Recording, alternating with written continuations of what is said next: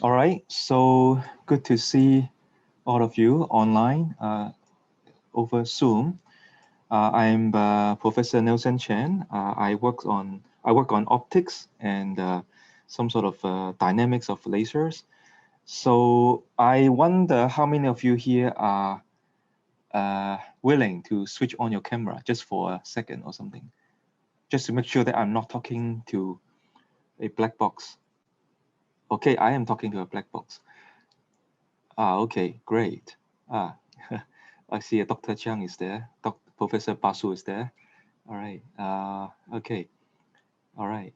Shirish is there. All right, just a couple of you there. All right, so I will keep it short. Basically, this talk here is for students who, you know, likes physics as well as electronic engineering, because what I do here is something that is sort of in between EE and applied physics, I would say. So my main topic is on semiconductor lasers. And if you want to know more, you can try to look at the screen there. And I think you can see my website there. Is that right, Dr. Yun? Yeah. Okay. So basically, I would like to show you the electromagnetic spectrum here. Essentially, we are all familiar with the frequency axis and the wavelength axis, and many of our EE devices are now working in the microwave regime.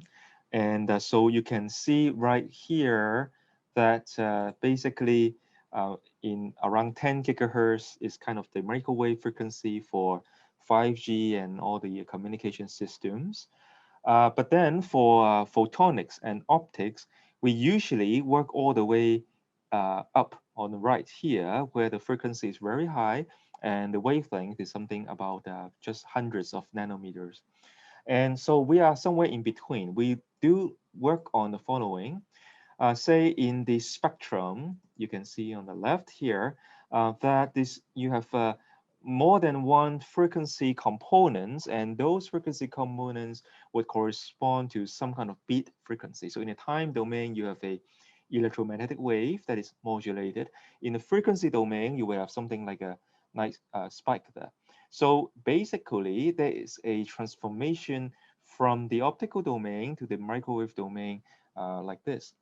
Now, my main focus is on a device called lasers. Now, of course, you know what laser is. It is based on the very famous discovery by Albert Einstein, where you can actually get two particles of light, that means the photons, to be identical. That means if you have a red light, the red light would get amplified again and again, and you get a very pure form of light. And of course, after Einstein's discovery, people have been working on realizing this using different materials. And essentially, you are making use of a process like this where electrons would, you know, sacrifice its energy into producing an whole army of photons that are identical, pure, and nice. Now, there are different kinds of lasers. Some are big and some are small. And the laser right here on the right is actually very small. This is a penny in the in the US. And this is actually the laser that I work on when I was a student back at UCLA when we not actually this one. This one is burnt, but I actually work on something similar to this one, which is very small, and try to generate microwave waveforms out of it. And so the idea is that you can have different kind of devices. You can basically have a piece of semiconductor, semiconductor with a grating, something that's on like a ring and all, and so on and so forth. Now we can also look at the theory side, which will be described by equations like this, which came from the Maxwell equation and then the Schrodinger equation, if you know what I'm saying.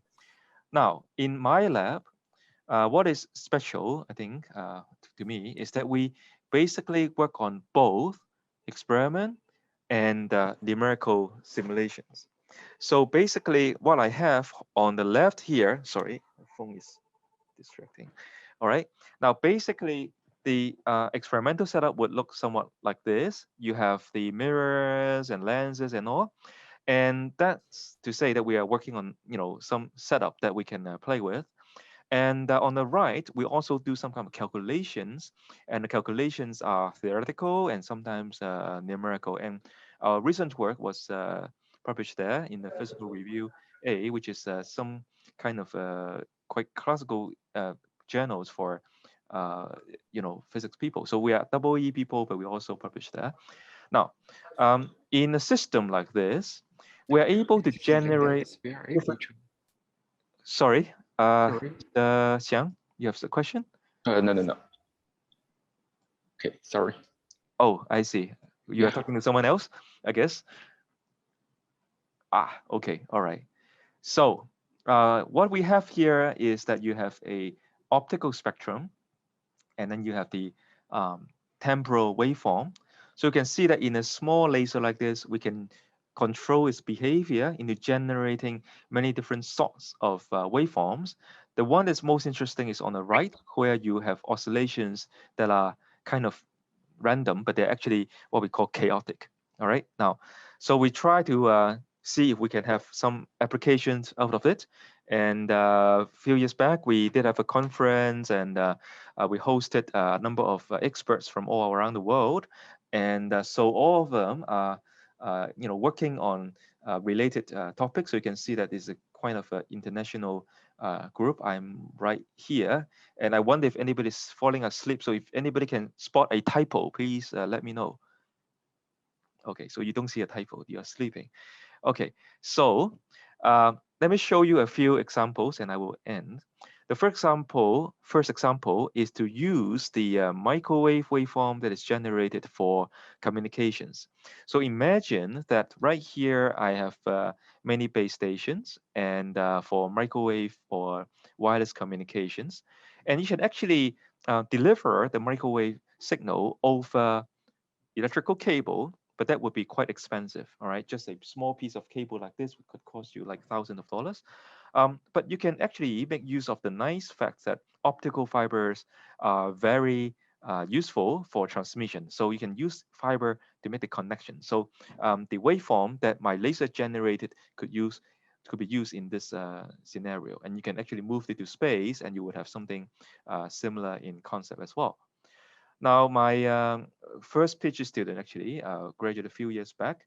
He was using this system, and he generated like frequency comb and frequency a microwave that can tune the frequency, and that was his work. And our my more current student are then working on some other waveforms where the microwave can switch on and off and into different forms. I can tell you the details later on. We work on the theory and we try to derive the behavior. All right, so these are about the microwave waveform. The second kind of work would be about random bit generations. So it's like treating laser as if this is a very fast way of generating unpredictable bits of zeros and ones. So we did a series of work with the laser generating random bits and in a very fast rate. And this is my former students now in Danian as an associate professor. And he's working on the fundamental entropy. If you know what entropy is, it's the randomness of the system, and he actually got some very nice results there. Another student of mine, former student, he went on studying the combination of lasers with a Bragg grating. So some of you in optics knows what a fiber Bragg grating is, and he generated a lot of results, and he's now assistant professor in the Southwest Jiao University. And we also collaborated with other people in other universities in Hong Kong, work on a sort of quantum systems, and we have some generation here as well. Now, I also collaborate with some of the other researchers, like this one is Professor Mark Sorrell in Glasgow University, and my students did go there for exchange. And he actually has a kind of very special laser called the ring lasers, and we generated some interesting waveforms using his special lasers. So I think this is my last slide. Just picture actually. These are my students. They were quite hardworking and they work on the different dynamics of the systems there, and they are some working in Huawei, some are in the universities. All right, so you can see these guys, and this guy is the one that is about to graduate. So I will, add another picture here, the same guy, but just a few years later. So these are then the newer students. All right, and hope that one day you are interested in joining my group, and any questions would be welcome. Okay, so back to you, Dr. Yun. There's no more questions. So, hi Niels, what's your expectation for your PhD students? So, you prefer to hire the one with a master degree or the one just with bachelor degree? Yeah. First off, how much time do I have? Am I too fast or too slow? I don't know. Sorry. I have until 15, 3:15, is that right? Yes. Okay, right. So let me answer you this way. So I think the most most important thing is the interest. I had students who were fresh graduates, say from UESTC and HIT, for example, and some of them had a master degree, some do not.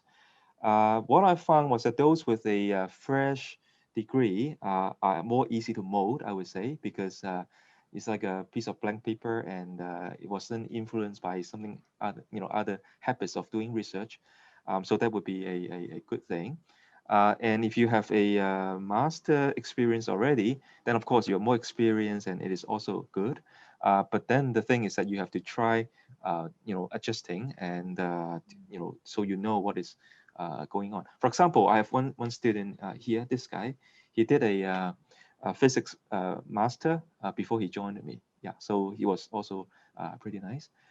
So I think at the end of the day is the interest, and you have to be interested in double E, and also applying double E to something closer to physics, and then you will have fun. Yeah, so I hope I answered your question. Okay, got it. So how do you have any plan to recruit new students this year? Yeah, always. Yeah. Yeah. Okay. Any good student, you are welcome to talk to me.